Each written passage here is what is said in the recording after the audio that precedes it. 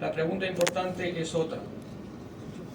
¿Qué capacidades humanas seguirán teniendo valor cuando gran parte del contenido sea automatizado? Y ahí aparece un desafío central para las universidades. Formar comunicadores hoy ya no puede reducirse únicamente al aprendizaje técnico o instrumental. Necesitamos profesionales con capacidad de análisis, comprensión del entorno, criterio ético y solidez intelectual. Porque alguien tendrá que decidir qué comunicar, desde qué perspectiva, con qué responsabilidad y para qué propósito. Y esas decisiones seguirán siendo profundamente humanas. Por eso esperamos que Conway 2026 no solo sea un espacio para conocer tendencias o herramientas, sino también una oportunidad para reflexionar sobre el impacto que estos cambios tendrán en la profesión, en la educación y en la sociedad. Finalmente, quiero dirigirme especialmente a nuestros estudiantes. Aprendan herramientas, pero no dependan únicamente de ellas, porque cuando la tecnología se vuelva común, el verdadero diferencial seguirá siendo la capacidad de pensar mejor que los demás. Muchas gracias.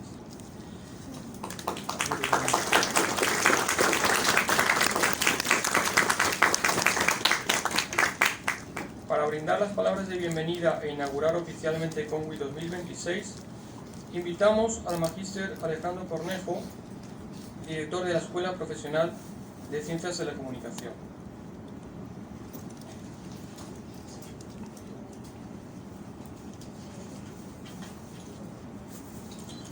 Buen día, estimados estudiantes, docentes, colegas y nuestro invitado del día de hoy para la siguiente exposición. Como director de la carrera me complace inaugurar esta 7ª edición de Conwic, un espacio que año tras año consolida nuestra apuesta por una formación en comunicación que responde a los desafíos del presente y anticipa las demandas del futuro. En esta edición, Realidades en Expansión, no solo es un lema, es una invitación a reconocer que los límites entre lo físico, lo digital y lo inmersivo se han disuelto, y que nuestros estudiantes deben estar preparados para crear, gestionar y liderar contenidos que trasciendan cualquier medio, proyecto o plataforma. Desde la academia, asumimos la responsabilidad de formar comunicadores estratégicos, creativos, innovadores, capaces de transformar la información en experiencias significativas que conecten genuinamente con las audiencias. Durante estos 5 días, Conwic 2027 se propone integrar tecnologías emergentes en nuestro quehacer educativo, desarrollar competencias digitales y estrategias en nuestros estudiantes, y fomentar una cultura de innovación que impulse la investigación aplicada al campo de las comunicaciones. Esta semana también será una oportunidad para reconocer el talento estudiantil, demostrando que la comunicación contemporánea exige pensamiento crítico, dominio técnico y, sobre todo, capacidad de adaptación a entornos en constante transformación. Les invito a participar activamente de cada una de las actividades, a dialogar con quienes vienen de la industria, a cuestionar lo establecido y a proponer nuevas formas de comunicar. Que esta semana sea para todos nosotros un laboratorio vivo, donde la teoría se encuentre con la práctica y donde juntos expandamos los horizontes de lo que la comunicación puede lograr. Bienvenidos al Conwic 2027.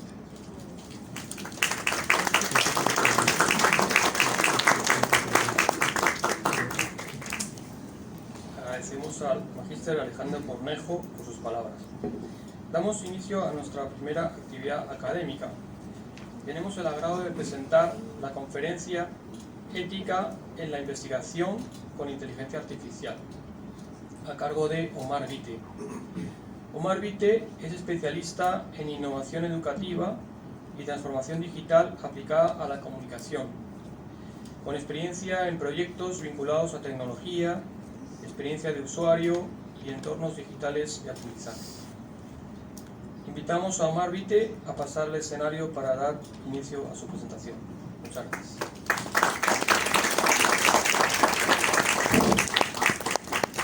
¿Cómo están? Gracias por la invitación, gracias por la oportunidad de estar aquí con ustedes compartiendo algunas ideas relacionadas en este caso al uso de la inteligencia artificial, específicamente en el ámbito de la investigación, que es lo que vamos a realizar el día de hoy. Probamos la presentación.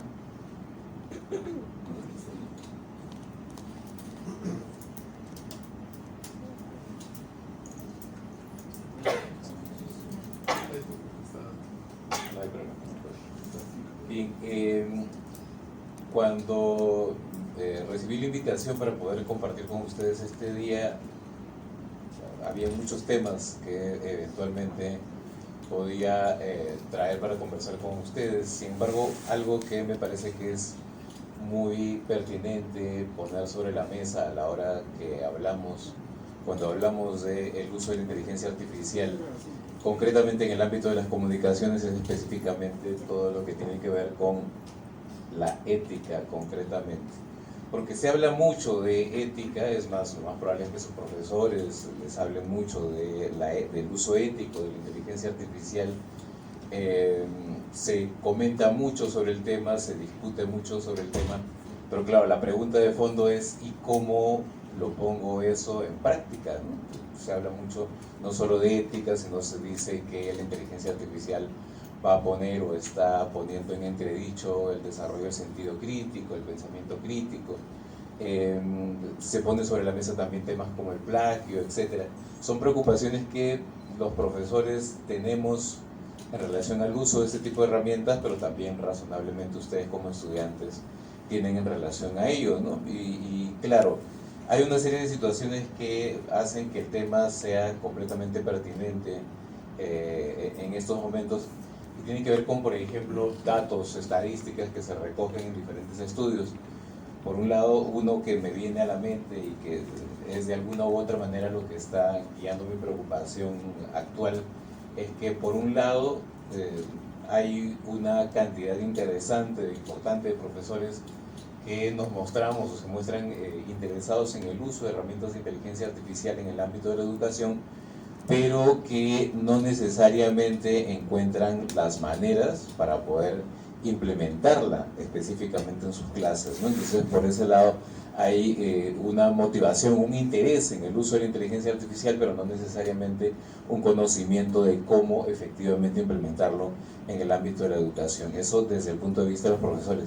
Pero mucho más interesante todavía es que desde el punto de vista de los estudiantes, lo que ocurre según los estudios es que hay efectivamente también un interés por utilizar la inteligencia artificial, pero buena parte de ese interés en usar este tipo de herramientas no se está reflejando en cómo responde la academia, cómo responde la universidad a ello, y por lo tanto las estadísticas lo que muestran es que los estudiantes, de acuerdo a los estudios realizados, si bien se muestran interesados en utilizar este tipo de herramientas, no encuentran en las universidades que éstas estén siendo empleadas de la manera en la que eventualmente satisfagan sus expectativas, ¿no? Entonces hay un desencuentro clarísimo entre cómo los docentes estamos abordando el uso de la inteligencia artificial por un lado, y por otro lado cómo ustedes están ya utilizando este tipo de herramientas, pero también tienen expectativas a que puedan ser implementadas en el contexto de sus estudios universitarios, específicamente en el ámbito de la comunicación, que es lo que nos convoca. Y en ese sentido, entonces, pues cuando me plantearon la oportunidad de poder compartir con ustedes esta mañana, me pareció que era muy pertinente hablar de ética, ¿no? Hablar de ética. ¿A qué nos referimos cuando hablamos de ética en el uso de la inteligencia artificial, específicamente en el ámbito de la investigación, pero también en términos generales en el ámbito de los estudios en comunicaciones en general? Y en ese sentido, vamos a ver, en ese sentido entonces he preparado una presentación muy breve que va a constar de tres partes. Que va a constar de tres partes específicas. Me van a disculpar, pero estoy muy poco acostumbrado a usar micrófonos, siempre he hablado solo, sí, pero creo que ahora sí la voz no me da, o sí me da. ¿Escuchan? ¿Sí? Si alguien atrás tiene alguna dificultad para escucharme, me avisa, ¿cierto? y uso del entorno. Pero bueno, entonces, la presentación se va a dividir en tres partes. Una primera en la que vamos a explorar los fundamentos históricos, normativos y éticos del uso de la inteligencia artificial en el ámbito de la... Entonces, haré el esfuerzo. Primera parte, fundamentos históricos, normativos y éticos del uso de la inteligencia artificial en el ámbito de la investigación. Porque esto del uso de la ética no viene de hace poco, sino que es algo que vamos a ver que se puede rastrear desde hace mucho tiempo atrás.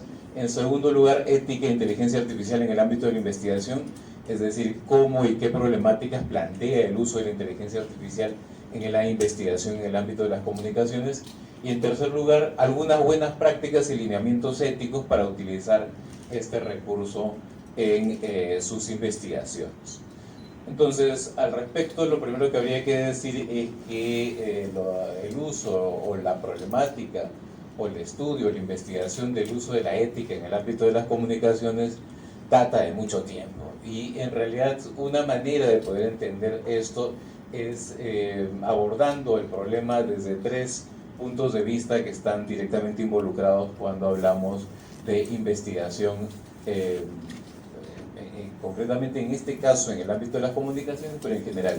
Y es que cuando hablamos de investigación, cuando pensamos en investigación, hay tres actores que están involucrados en esta ecuación. Uno es el investigador, es decir, quién es el que recoge la data, realiza la investigación, produce el conocimiento que de alguna u otra manera está directamente relacionado con conceptos como rigor metodológico, honestidad intelectual, responsabilidad, etc. Por un lado, pero no es el único actor que interviene en esta ecuación. El segundo actor, pero no por ello menos importante, probablemente el actor principal en esta ecuación es el participante, es decir, aquella persona que nos proporciona los datos que van a servir de base para la realización de esta investigación.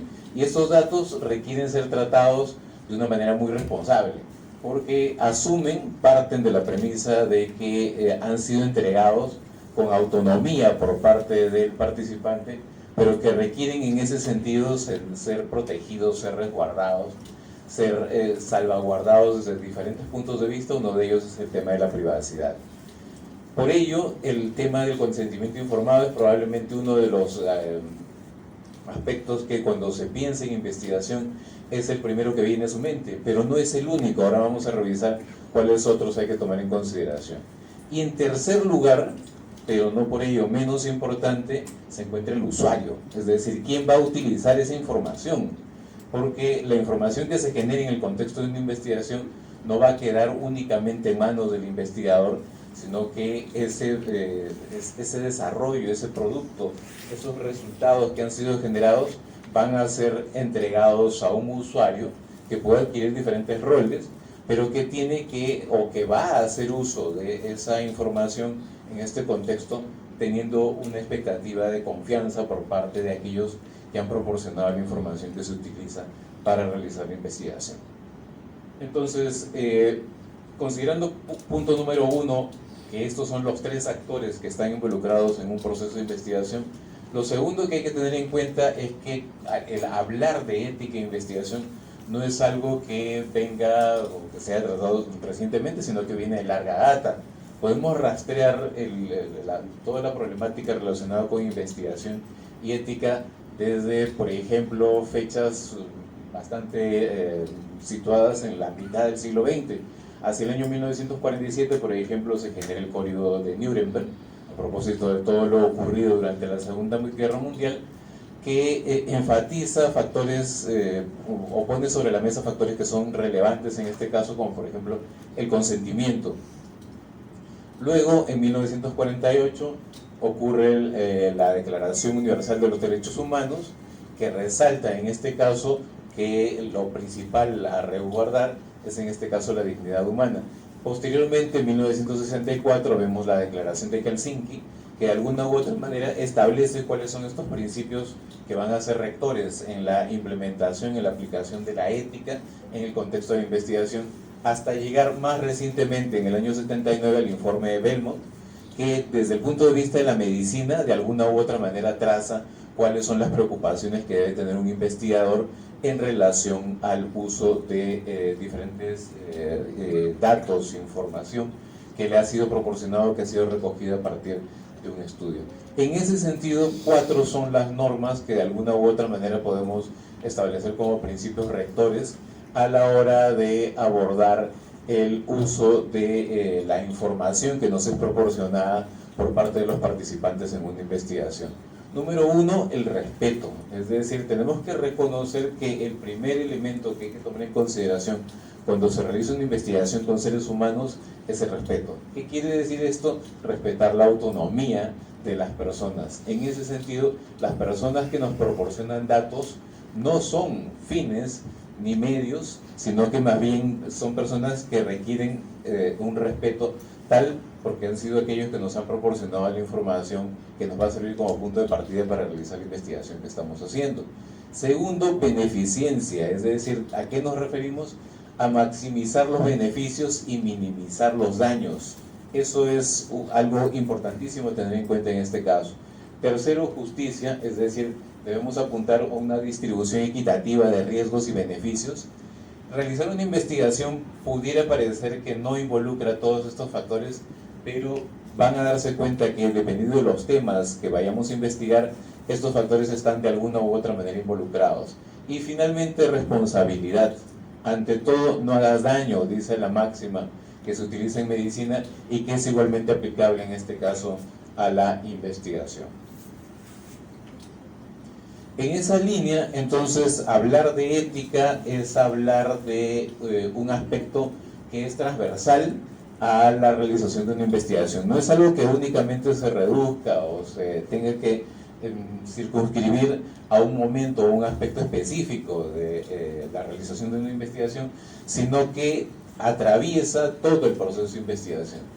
Antes, por ejemplo, hay diferentes aspectos que hay que tomar en consideración antes de iniciar una investigación, como por ejemplo, si es que vas a realizar una investigación en la que los participantes de alguna u otra manera forman parte de una organización, lo primero que hay que hacer es contar con la aprobación institucional que permita poder acceder y utilizar esa información de manera clara y transparente. En segundo lugar, negociar autorías. Se van a encontrar con que hay situaciones en las cuales probablemente ustedes tengan que compartir la realización de una investigación con otros compañeros, eventualmente profesores, etc. Ese aspecto, ese segundo aspecto, es importantísimo tenerlo en cuenta desde el inicio de la investigación, de manera tal que no se vayan a generar o producir más adelante algún tipo de malentendido. Y en tercer lugar, el permiso a los accesos, en este caso, no solo accesos desde el punto de vista físico a los lugares en los cuales se va a realizar la investigación, sino también accesos eventualmente a los datos con los cuales se va a trabajar. Por ejemplo, cuando uno realiza una investigación en una plataforma digital, tipo una red social o una plataforma de social media, hay que tomar en consideración que también ahí estamos entrando en un entorno en el que eventualmente alguien de alguna u otra manera está fungiendo las veces de administrador, y eso también es un aspecto que hay que tomar en consideración a la hora de aproximarnos a la investigación. Durante el inicio, ¿qué es lo que hay que tener en cuenta? Lo que hay que tener en cuenta es que hay que revelarle al participante cuál es el propósito real de la investigación y dejar en claro que el uso que se va a hacer de la data única y exclusivamente va a estar circunscrito a ese evento en particular. Por lo tanto, la participación debe ser voluntaria y finalmente también es importante tener en cuenta el respeto a las normas culturales de los participantes. Dadas los diferentes tipos de investigaciones que se pueden realizar en el ámbito de las comunicaciones, una de las cosas más importantes a tener en cuenta es el hecho de que probablemente nos vamos a encontrar con participantes que no necesariamente comparten con nosotros las mismas normas culturales, es decir, que tienen formas de pensar distintas a las nuestras, que tienen formas de actuar distintas a las nuestras, y no por eso nosotros debemos pasar por alto ese detalle, sino más bien tenerlo en cuenta. En tercer lugar, durante la fase de la recopilación de datos, también los aspectos éticos son importantes. Evitar cualquier engaño, respetar desequilibrios de poder y almacenar datos en entornos seguros es importantísimo en este sentido. ¿En qué sentido? En el sentido de que, por ejemplo, ¿qué es lo que puede ocurrir? cuando nosotros estamos realizando la recopilación de datos durante una investigación, puede ocurrir que eventualmente encontremos información que no necesariamente se condice con la intención que inicialmente nosotros tenemos como investigadores. Respetar esa data, transparentar esa data es fundamental en la fase de recopilación. En la fase de análisis, reportar incluso hallazgos contradictorios, porque si eventualmente alguna de las datos que yo he recogido no necesariamente se condicen con lo que estaba eventualmente esperando encontrar, debo como investigador poner en evidencia eso, evidenciar eso, no ocultarlo, no eliminarlo, por más que represente una pequeña fracción de la data que he recogido en general en mi investigación. El uso de nombres ficticios o eventualmente alias también es importante tenerlo en cuenta en este caso, porque no necesariamente la data que les va a ser proporcionada por los participantes en su investigación es data que tenga que ser eventualmente presentada de una manera abierta, sino que en algunos casos van a encontrarse con investigaciones en las cuales las personas van a proporcionarles información que eventualmente es sensible. Es importante en ese caso tener en cuenta eso y anonimizar las entrevistas o los cuestionarios que vayan a hacer durante sus investigaciones. Y finalmente, prevenir la falsificación de datos, ¿no? Es decir, así como hemos dicho que hay que proteger la información proporcionada por los participantes en una investigación, es igualmente importante poder prevenir la falsificación de los datos. Y finalmente, cuando se realiza la publicación de la investigación, no duplicar ni fragmentar, revelar fuentes de financiamiento y entregar las copias a los participantes es un aspecto que es fundamental, es importante cuando realizan una investigación. Parece anecdótico, pero el solo hecho de que ustedes, una vez que han hecho una investigación, hayan hecho una entrevista, puedan devolver los resultados de esa entrevista, también es parte de uno de los compromisos éticos que asumimos cuando realizamos una investigación. En esa línea, entonces, el consentimiento informado no es simplemente un trámite que hay que cumplir para realizar una investigación, sino que es la columna vertebral de la realización de la misma, porque asegura pues que por un lado los participantes puedan tener claro exactamente en qué contexto se realiza la investigación, cuáles son los objetivos, a qué apunta y en qué circunstancias eventualmente la información que ha proporcionado va a ser divulgada, va a ser proporcionada. En ese sentido, entonces, es importante tener en cuenta que con la llegada de la inteligencia artificial, buena parte de estos aspectos mencionados anteriormente, de alguna u otra manera, se han puesto en entredicho. Porque claro, el uso, la aparición de la inteligencia artificial en el ámbito de la investigación eventualmente genera contradicciones y fricciones en las diferentes fases del proceso de investigación que recorren. Sin embargo, si tuviéramos que abordarlo desde un punto de vista inicial, podríamos decir que el uso de la inteligencia artificial en el ámbito de la investigación abre por un lado oportunidades, pero por otro lado también presenta o plantea desafíos y genera limitaciones. Desde el punto de vista de las oportunidades podemos decir que en primer lugar el uso de la inteligencia artificial efectivamente acelera el proceso de investigación. Aquello que antes eventualmente nos podía tomar muchísimo tiempo, como por ejemplo realizar una revisión de la literatura, hoy con la ayuda de herramientas de inteligencia artificial podemos hacerlo de manera muy rápida. Por ejemplo, podemos ingresar a bases de datos tipo Scopus, tipo Web of Science, realizar una búsqueda a partir de categorías relacionadas con nuestra investigación, descargar esa base de datos y poder, utilizando herramientas para procesar tablas tipo Excel, por ejemplo, tener un acceso bastante rápido a la información organizada de una manera sistemática para que nos pueda servir para construir un marco teórico o un estado de la cuestión. En esa misma fase, en la fase de la realización del estado de la cuestión, podemos utilizar herramientas de inteligencia artificial para acelerar la revisión de la literatura. Por ejemplo, pueden ustedes descargar el PDF de un texto y utilizar lo que llamamos atajos de codificación. Uno muy sencillo y divertido cada vez que tengan algún problema cuando estén trabajando con herramientas de inteligencia artificial, pongan /ELI5, tal como suena, ELI5, ¿Y qué es lo que sirve? ¿Para qué sirve? ¿Qué es lo que hace? ¿Qué es lo que permite conseguir este código? Lo que permite conseguir este código es, como dice el acrónimo es, ELI5 es el acrónimo de Explain Like I Am 5, es decir, explícame como si tuviera 5 años. Si ustedes suben el artículo que quieren analizar y colocan /ELI5, lo que va a ocurrir es que en la inteligencia artificial generativa de confianza que estén utilizando les va a devolver un resumen utilizando metáforas del concepto del texto que eventualmente quieran utilizar en este caso, ¿no? Entonces tienen ELI5, es una herramienta muy sencilla, útil, es más, hagan la prueba, van a ver que les va a permitir acceder a información sintetizada de una manera bastante rápida. Si además quieren, por ejemplo, eventualmente realizar una síntesis de documentos eventualmente más largos, pueden utilizar otro código que es /tl.dr, que es el acrónimo de algo así como es muy largo, no tengo tiempo para leerlo, algo por el estilo.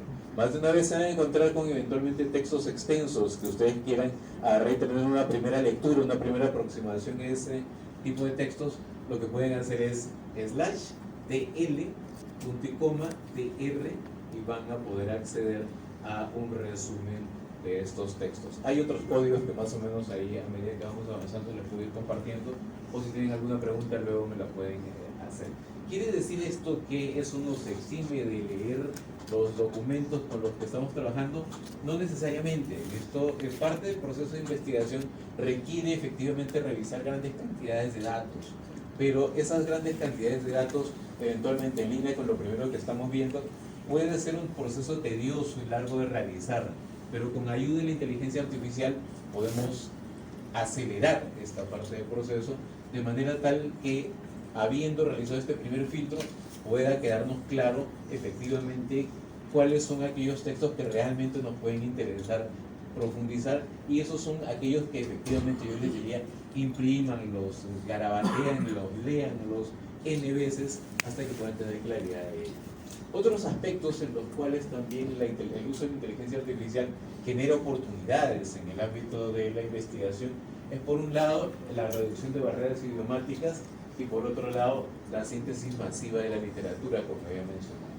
En cuanto a la síntesis idiomática, un tip muy sencillo: una vez que ustedes han descargado sus tablas de Excel o, por ejemplo, todos sus artículos relacionados con el estado de la cuestión en una tabla de Excel, lo que pueden hacer es, por ejemplo, en Google, en tablas de Google, disponen ustedes de códigos que les permiten, por ejemplo, realizar una traducción masiva de abstracts de los artículos que han descargado.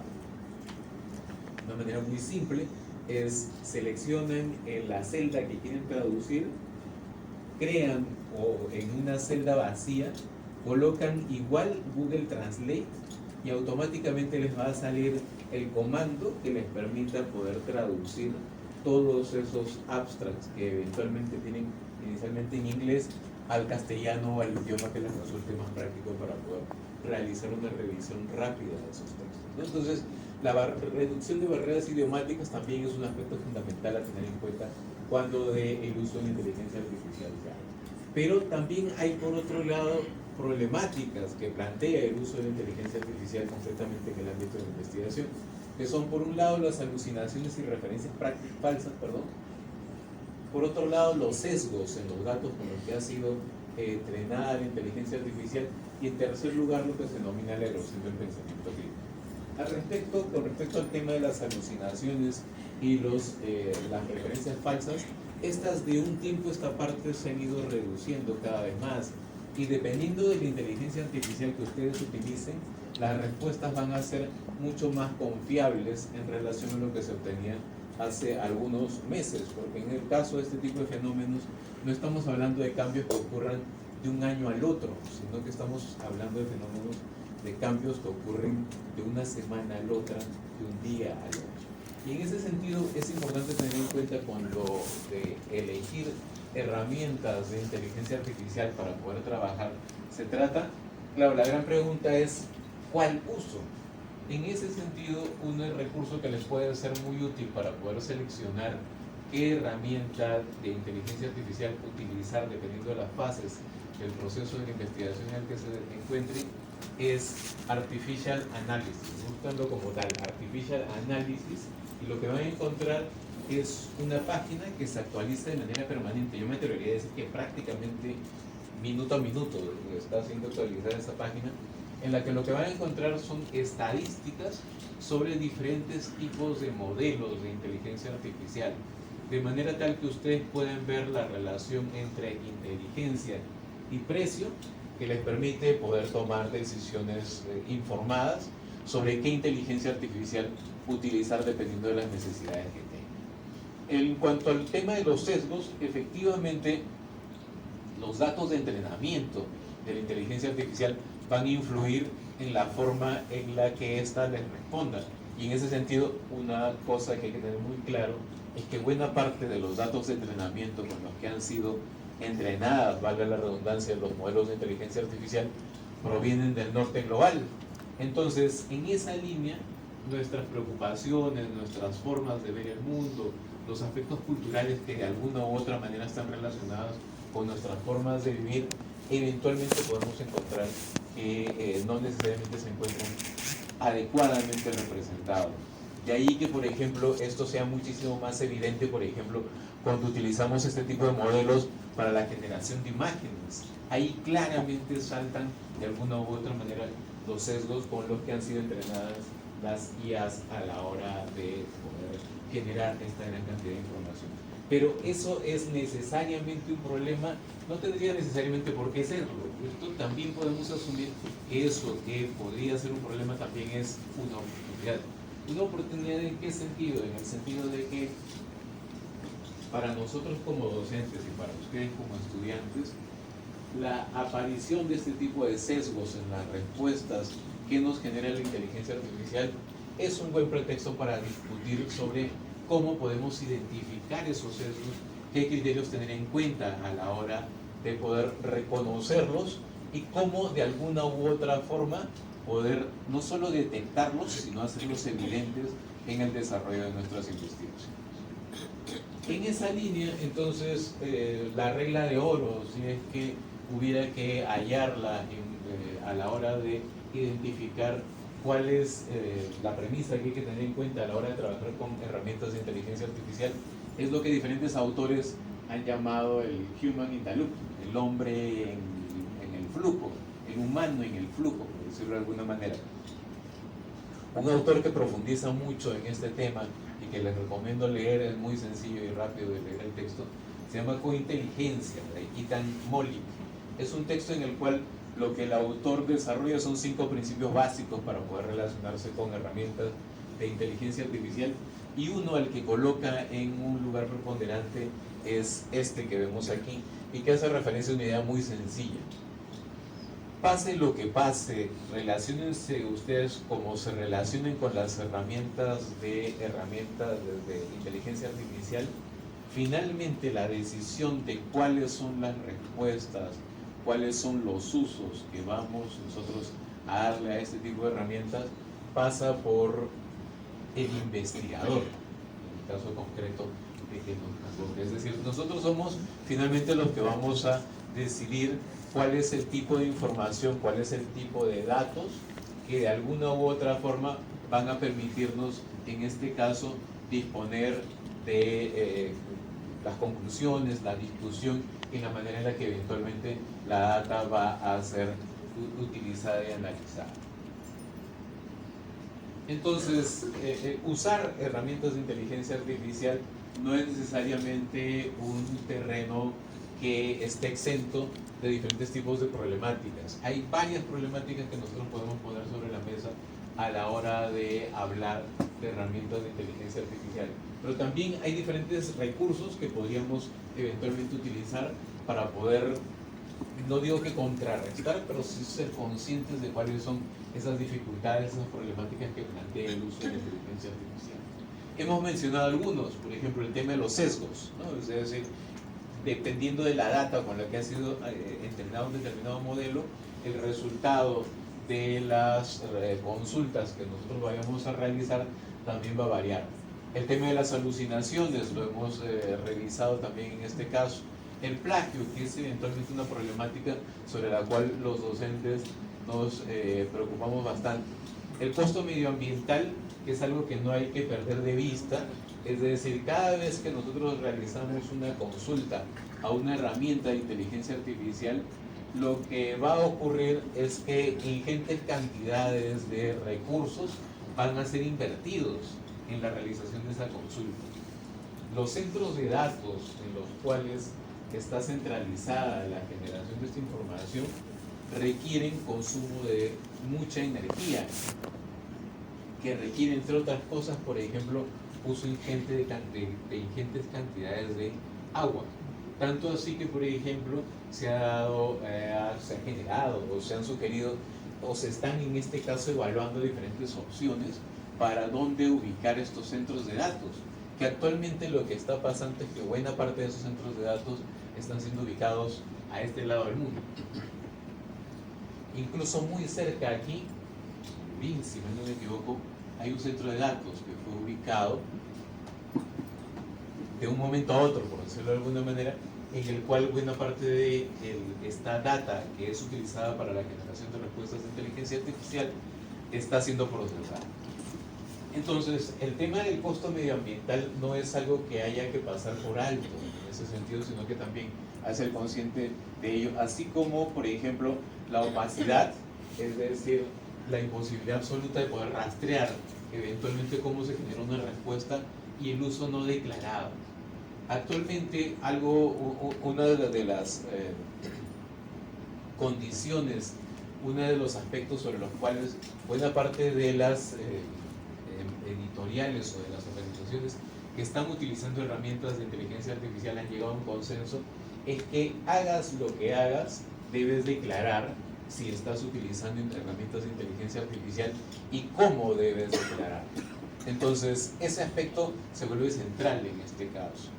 Un texto me había olvidado también de recomendarles para que le den una mirada en relación al tema, se llama Pensar con Prompts. Búsquenlo como Pensar con Prompts. Van a encontrar maneras bien interesantes de poder aproximarse a cómo utilizar las herramientas de inteligencia artificial, no solo en el ámbito de la investigación, sino en general. Y con respecto al tema de la opacidad, es importante tener en cuenta en este caso que algo que también va a ser importante cuando ustedes trabajen con herramientas de inteligencia artificial es que aprendan cómo construir prompts. Eso que se ha dado en llamar ingeniería de prompts es de alguna u otra manera la columna vertebral de cómo buena parte de las herramientas de inteligencia artificial funcionan. SciSpace, Consensus, etc. Van a darse cuenta de que si ustedes logran entender cuál es la lógica con la que funciona la herramienta y pueden utilizarla o traducirla en un prompt, los resultados van a ser extremadamente claros y útiles para el trabajo que están realizando, que van a realizar. En esa línea existen diferentes maneras de construir prompts. Una de esas maneras se llama el step by step, que no es otra cosa que tú construyes un prompt que te permite agarrar y con ayuda de la inteligencia artificial ir rastreando cuáles son los pasos que da la IA para llegar desde un punto A hasta un punto B. ¿Esto qué permite? Permite, por un lado, poder entender cómo razona, entre comillas, la inteligencia artificial para obtener una respuesta. Pero por otro, y no por ello menos importante, en relación al tema de la opacidad, el uso de estas estructuras de prompts les van a permitir transparentar cuáles son los pasos que han seguido para rastrear la manera en la que los modelos de la inteligencia artificial llegan a determinadas conclusiones. Esas herramientas, ese entendimiento de cómo construir los prompts va a ser fundamental para poder de alguna u otra manera dejar evidenciado cómo hemos llegado de un punto A a un punto B a la hora de utilizar herramientas de inteligencia artificial. Y en ese sentido, probablemente otra de las preocupaciones que ustedes tengan es el reporte Turnitin de inteligencia artificial, ¿cierto? Lo más probable es que el reporte Turnitin de inteligencia artificial, quienes lo hayan explorado, lo hayan revisado, les genere una gran cantidad, una gran ansiedad en relación al porcentaje que este genera. Y lo que hay que decir en relación al uso del reporte Turnitin de inteligencia artificial es que este no necesariamente es exacto, es preciso. ¿Por qué? Porque lo que está ocurriendo es que claramente mientras Turnitin va a una velocidad, lo que ocurre con los modelos de inteligencia artificial es que van a una velocidad muchísimo mayor a la hora de actualizarse. Y en ese sentido, por eso, Turnitin hace un disclaimer cuando genera estos reportes. Y es que a partir de similitudes que están por debajo del 20%, Turnitin reconoce que no es capaz de identificar si el producto generado ha sido producido o no ha sido producido con inteligencia artificial. Entonces, Turnitin es una herramienta que hay que mirar con cuidado a la hora de aproximarnos a la identificación del uso o no de herramientas de inteligencia artificial. Y en ese sentido, entonces, ¿cómo nos aseguramos de que efectivamente estamos haciendo un uso ético de este tipo de recursos?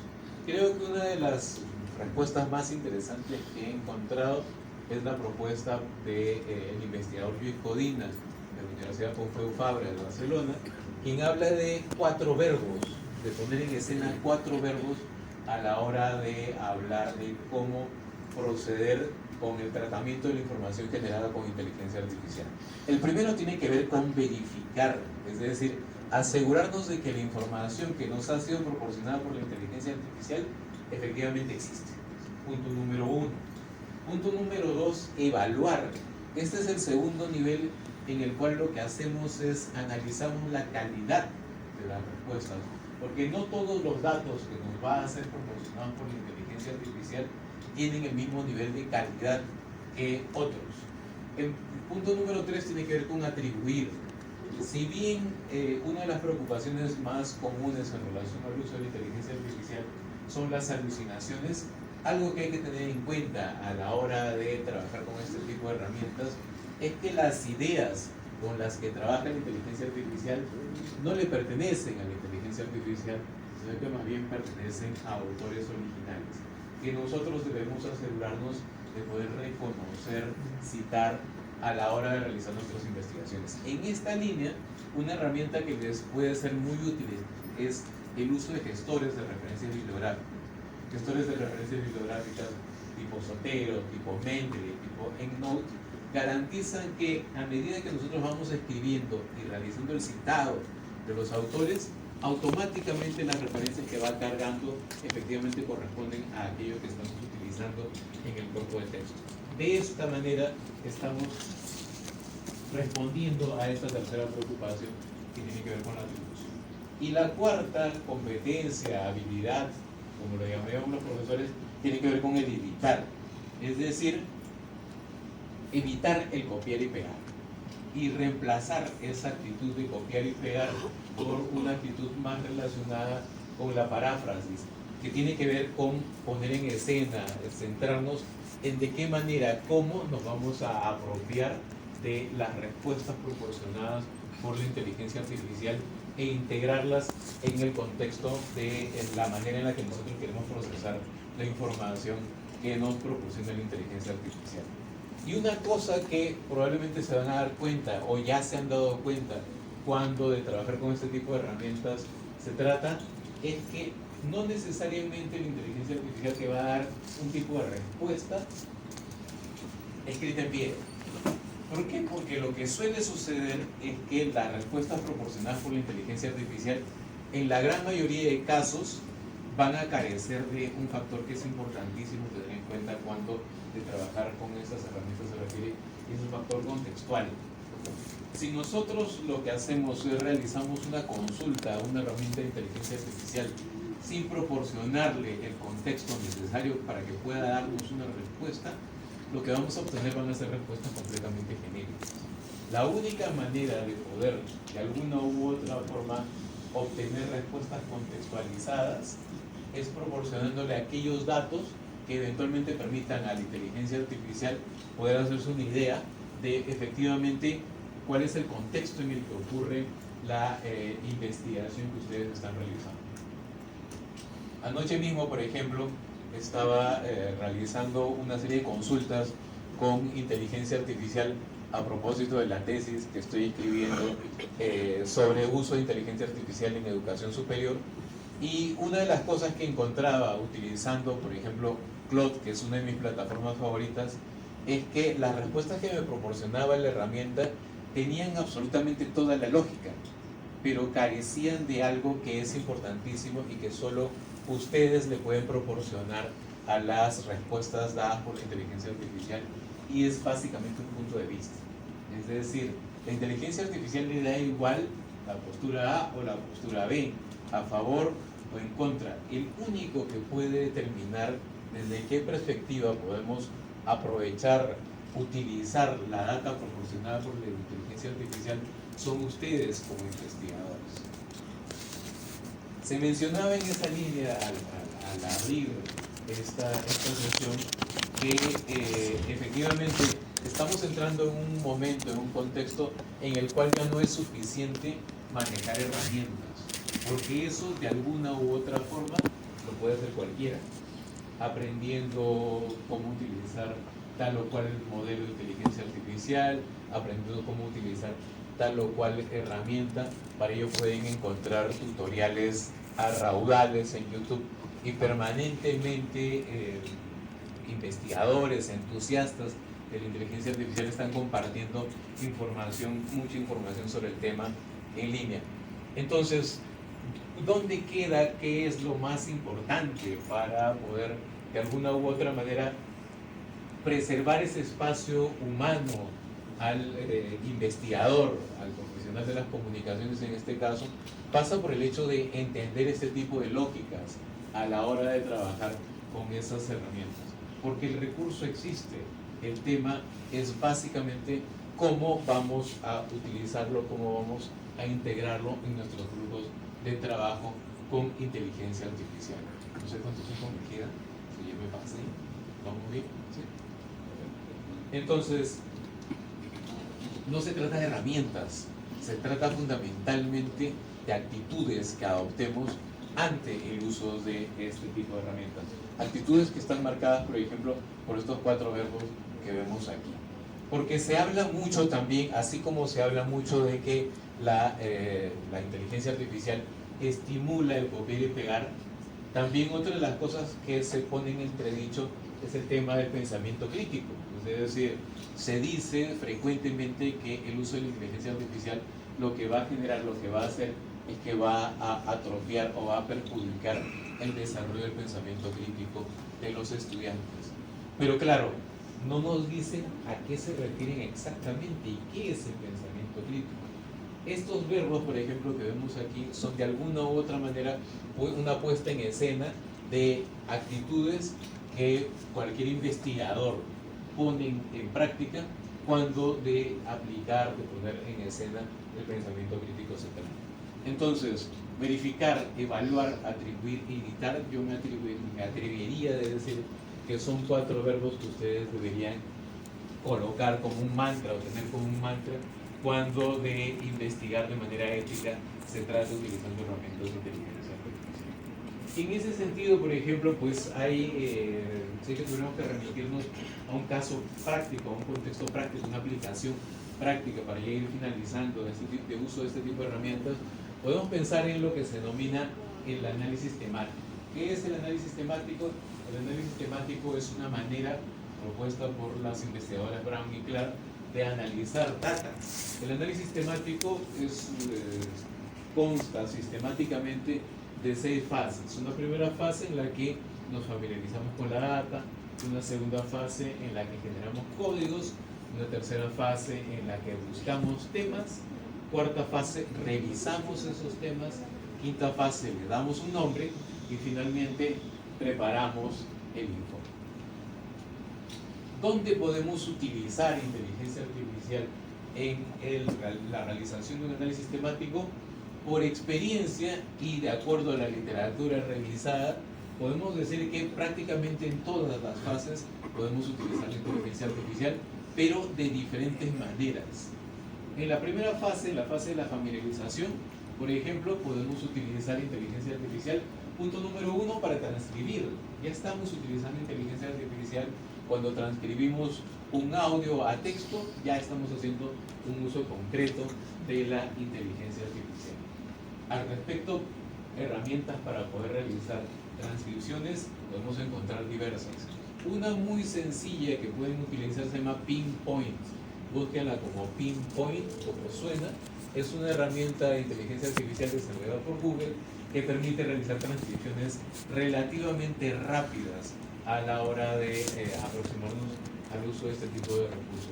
Y lo que decíamos, punto número 2, resumen. Ya les había mencionado un código, el tl.dr, pero también podrían utilizar otros dos, /exec_summary, ese es otro código que les va a dar un resumen muy estructurado, un resumen ejecutivo, /exec_summary, y otro que pueden utilizar es /briefly, que lo que permite es un texto extremadamente largo poder resumirlo en un solo párrafo. Quiere decir esto, insisto, que eso los exime de leer el texto para nada. Yo no he venido acá a sostener eso, sino por el contrario, a decirles que es una primera manera de aproximarnos a la data y tener un filtro inicial. Entonces, exec_summary, briefly, tl.dr son herramientas, son códigos que podemos utilizar en cualquier herramienta de inteligencia artificial. Van a darse cuenta, pueden utilizarlo en ChatGPT, pueden utilizarlo en Claude, pueden utilizarlo en Perplexity, pueden utilizarlo en Kimi. Kimi es una herramienta de inteligencia artificial que probablemente no han escuchado hablar de ella, pero es probablemente en estos momentos uno de los desarrollos más interesantes que ha incursionado en el ámbito de las herramientas de inteligencia artificial actualmente disponibles, no solo para la investigación, sino en general para cualquiera que esté interesado en utilizar este tipo de recursos. En la fase número 2, la inteligencia artificial también nos puede ayudar para generar, para realizar una generación inicial de códigos. Una generación inicial de códigos que nosotros podemos, utilizando los prompts adecuados, finalmente alojar, producir un archivo en Excel que, si ustedes han utilizado, por ejemplo, Atlas T les permite jalar ese archivo, subirlo a su plataforma de manera tal que realiza lo que se denomina una codificación automática con inteligencia artificial en Atlas T. Pueden entonces, en ese sentido, en la segunda fase, hacer esto. En la tercera fase, en la fase de la búsqueda de temas, igualmente investigador y modelo de inteligencia artificial pueden serles muy útiles.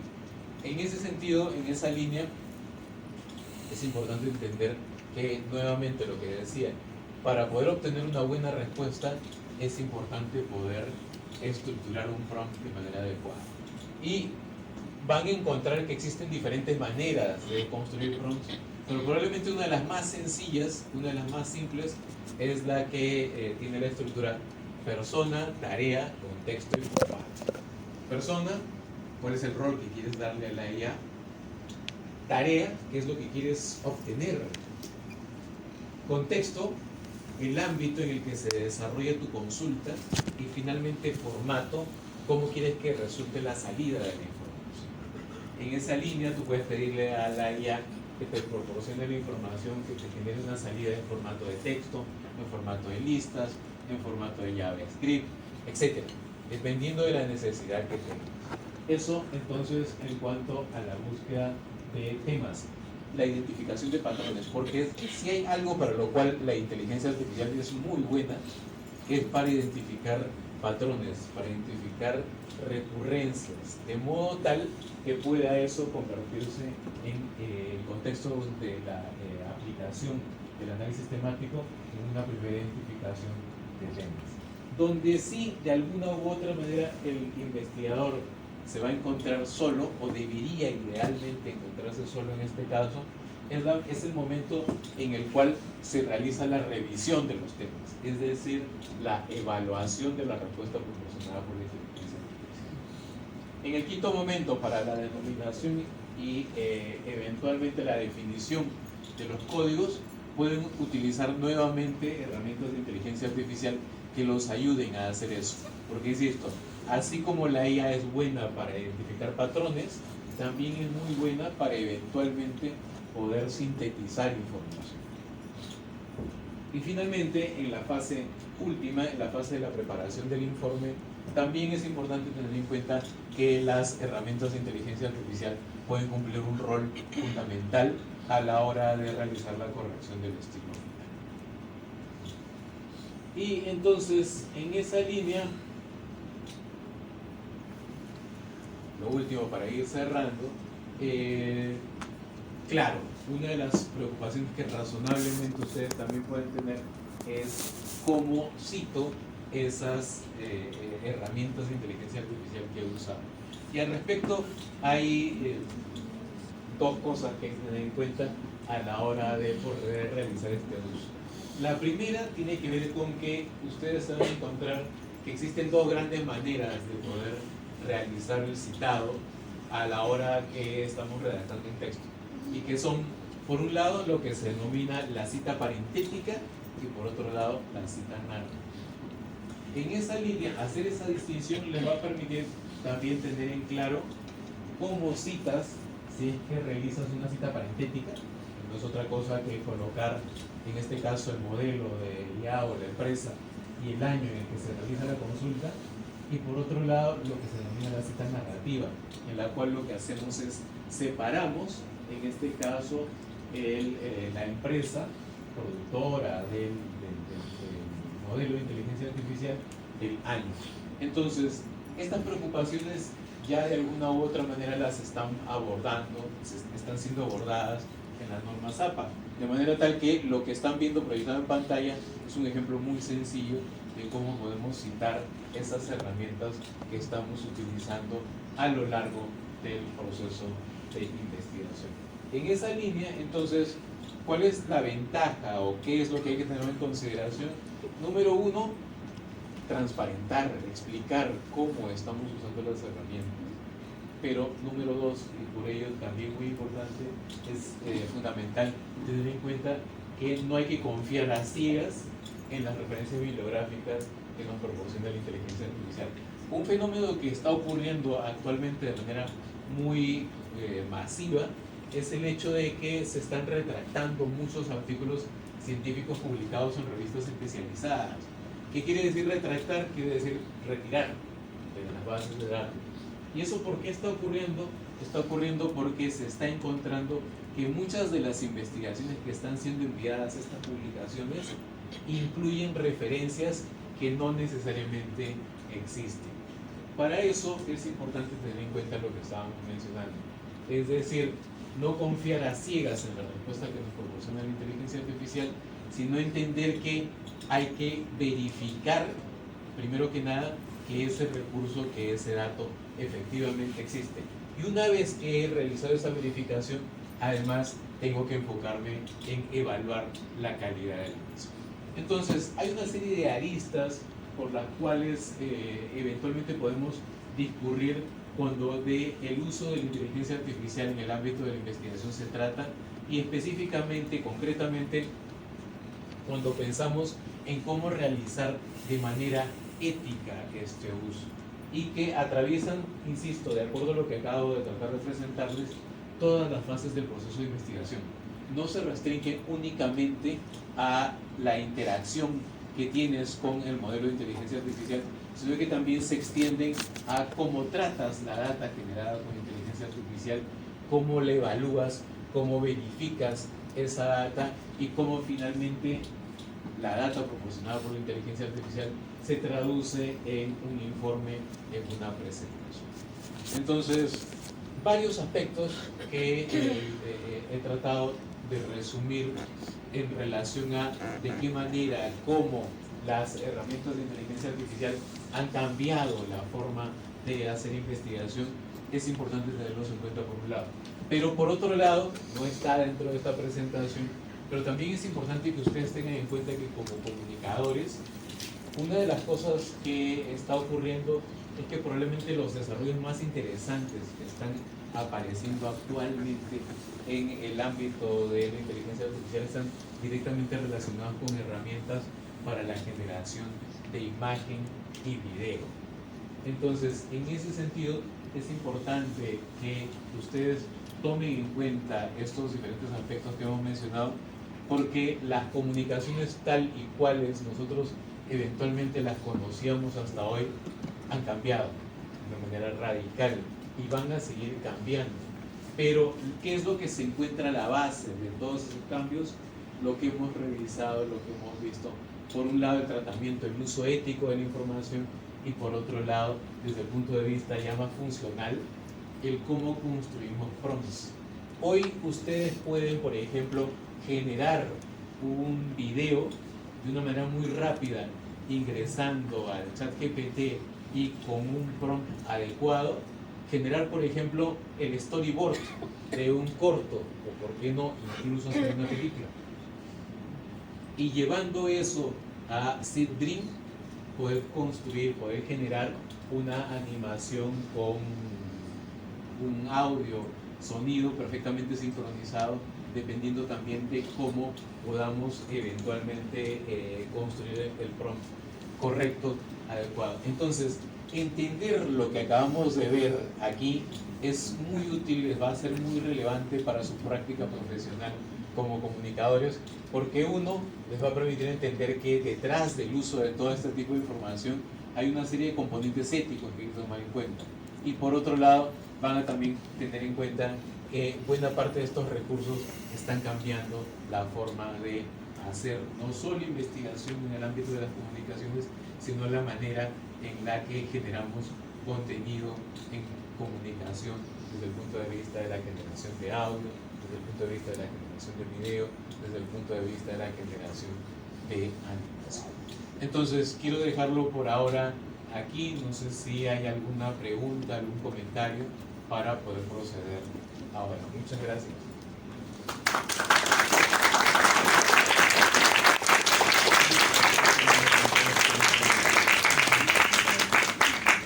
Agradecemos a nuestro invitado, Omar Vite, por compartir con nosotros esta reflexión sobre los desafíos éticos y académicos que plantea la inteligencia artificial y los procesos de investigación y comunicación.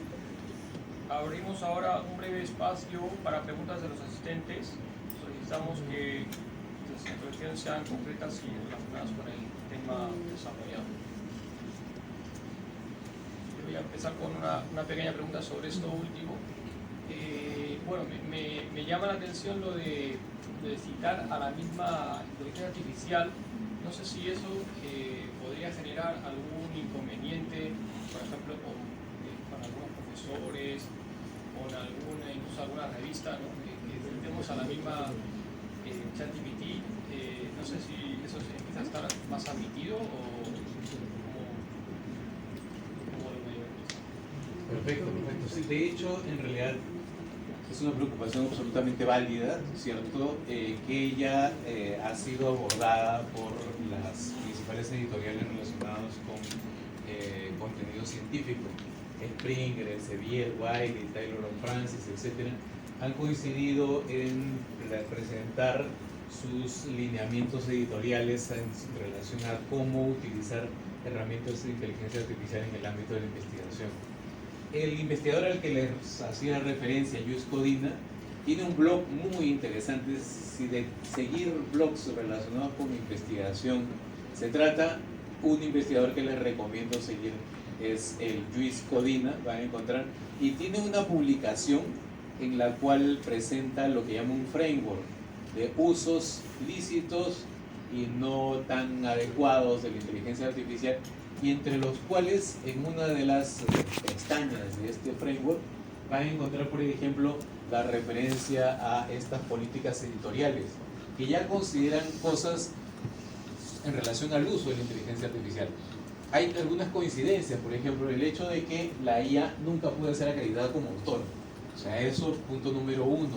La inteligencia artificial no es autora de ninguna u otra manera de los textos que se generan.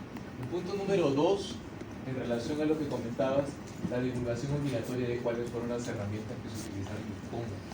Punto número tres, la responsabilidad sobre cualquier alucinación de la inteligencia artificial no cae en OpenAI, no cae en Anthropic, cae en el humano. O sea, nosotros como investigadores somos finalmente los que vamos a asumir la responsabilidad de eso. Y en cuarto lugar, algo en lo que coinciden las políticas editoriales es que es importantísimo una validación rigurosa de todos los datos, de todas las referencias o de los textos eventualmente generados por inteligencia artificial. Entonces, la mención a las herramientas de inteligencia artificial hoy ya se ha asumido como una realidad. O sea, ya es algo que está ocurriendo, pero es algo que debe ser transparentado en cualquier caso, y en ese sentido APA propone esa manera de citar el uso de herramientas de inteligencia artificial en textos académicos, ¿no? Entonces, eso diría en relación a la pregunta. ¿Alguna pregunta?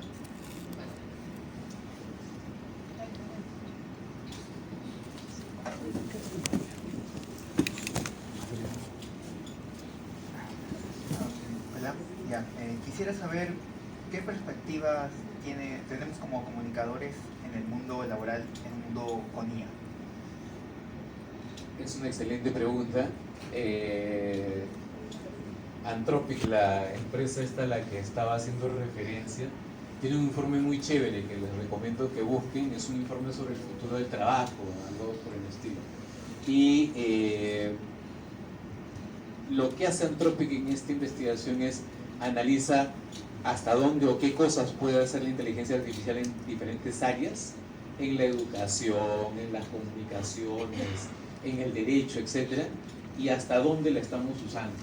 En el caso concreto de las comunicaciones, que es hacia donde va tu pregunta, lo que nos muestra el informe de Anthropic es que actualmente se está utilizando las herramientas de inteligencia artificial en solo un 25% de lo que efectivamente son capaces de hacer. Entonces, en ese sentido, lo que sugiere el informe es que todavía queda mucho por hacer en cuanto a integrar herramientas de inteligencia artificial, concretamente en el ámbito de la comunicación. En esa línea, respondiendo a tu pregunta sobre cuáles son las expectativas y hacia dónde van los comunicadores en un mundo dominado, por decirlo de alguna manera, por la inteligencia artificial, mi respuesta iría por el lado de recomendarles sinceramente que curioseen, que aprendan mucho sobre cómo funcionan estos modelos de inteligencia artificial. Y en ese sentido, algo que es importantísimo es entender cómo se construyen los prompts. Van a darse cuenta que, al igual que las herramientas que he mencionado aquí, ChatGPT, Claude, etc., son y se basan en estructuras de prompts para poder generar respuestas. Lo mismo ocurre en el caso de herramientas para poder generar audio, para poder generar video, para poder generar animación. Detrás de esas herramientas también está la construcción de prompts adecuados. Van a darse cuenta que, por ejemplo, si ustedes quieren conseguir la generación de un storyboard, no basta con que tú le digas hazme un storyboard de, sino que hay que darle o construir un prompt adecuado a la hora de poder generar, a la hora de poder conseguir esta respuesta.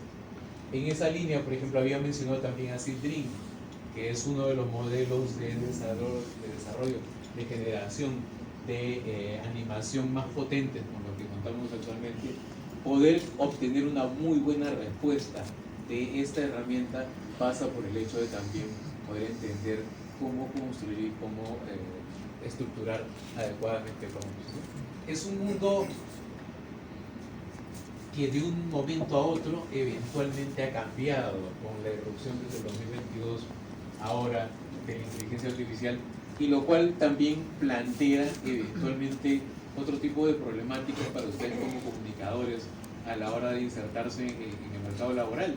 Otra que me viene a la mente, por ejemplo, es el hecho de que, a propósito de lo que comentaba Matt Damon, si no me acuerdo, lo que está ocurriendo actualmente con los contenidos que se generan es que todos son unos muy parecidos, y lo otro, también otra cosa que está sucediendo es que se están construyendo de manera tal que todo se vuelve muy explícito.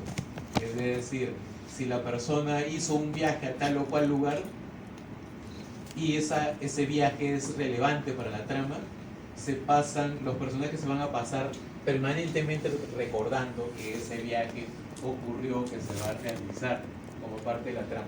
Y eso no es anecdótico, porque está relacionado con entender que actualmente consumimos contenidos de una manera completamente distinta a la que lo consumíamos en mis tiempos.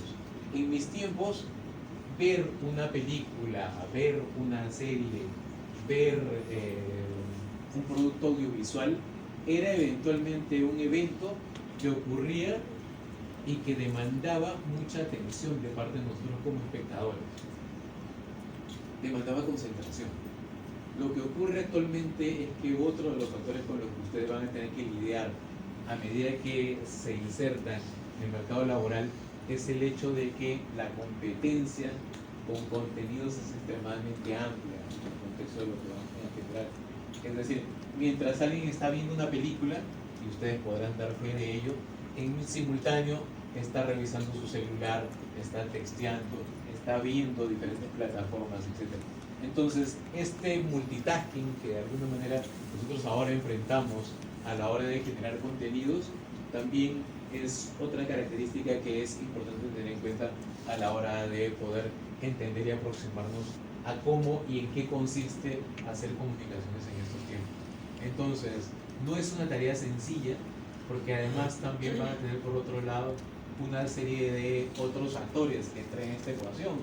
Para comenzar, la generación de contenido audiovisual que hasta ahora era potestad de un grupo entendido en el tema y especializado, de alguna manera ahora es algo que puede estar al alcance de la mano de cualquiera. Entonces, ¿dónde radica la diferencia? ¿Qué es lo que ustedes pueden aportar de diferencia a la generación de contenido audiovisual? En este caso, lo que ustedes pueden aportar es la parte más estratégica del planeamiento de este tipo de comunicación.